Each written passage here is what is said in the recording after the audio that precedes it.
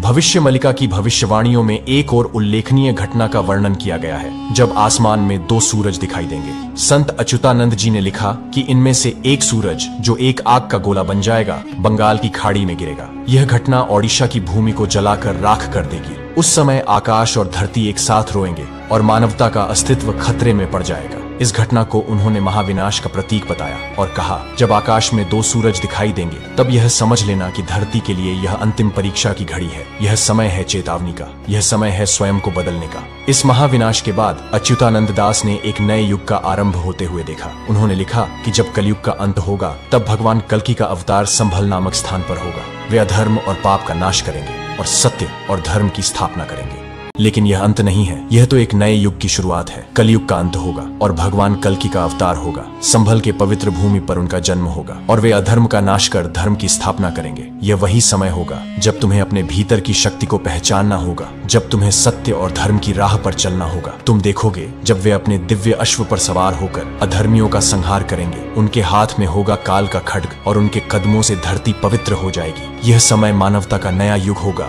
सत्य सनातन धर्म की विजय होगी। जगन्नाथ स्वामी की यह पवित्र भूमि हमें यह संदेश देती है कि चाहे कितनी भी विपत्तियां आएं, हम अपने धर्म और आस्था के पथ पर डटे रहें, क्योंकि हर अंधकार के बाद एक नया सवेरा होता है। संत अच्युतानंद जी की भविष्यवाणियां केवल घटनाओं का पूर्वानुमान नहीं, बल्कि यह हमें चेतावनी देती हैं कि हम अपने कर्म और धर्म का पालन करें। चाहे यह संकेत महाविनाश की ओर इशारा करते हों, लेकिन हमें अपने भीतर की शक्ति और ईश्वर में विश्वास बनाए रखना चाहिए। यह भविष्य मल्लिका केवल तुम्हें डराने नहीं, बल्कि तुम्हें मार्ग दिखाने आई है। यह समय है अपने भीतर झांकने का, अपने कर्मों का परिशोधन करने का। याद रखो, विनाश के बाद ही एक नई सुबह होती है। कलयुग का अंत, महाविनाश और फिर एक नई सुबह, यह चक्र चलता रहेगा। परंतु तुम अपने पथ का चयन करो, क्योंकि यह नया युग तुम्हारे निर्णय पर निर्भर करेगा। जागो और इस चेतावनी को समझो। सत्य का मार्ग पकड़ो, क्योंकि वही तुम्हें उस दिव्यता की ओर ले जाएगा जहां यह चक्र समाप्त होता है। जय श्री जगन्नाथ।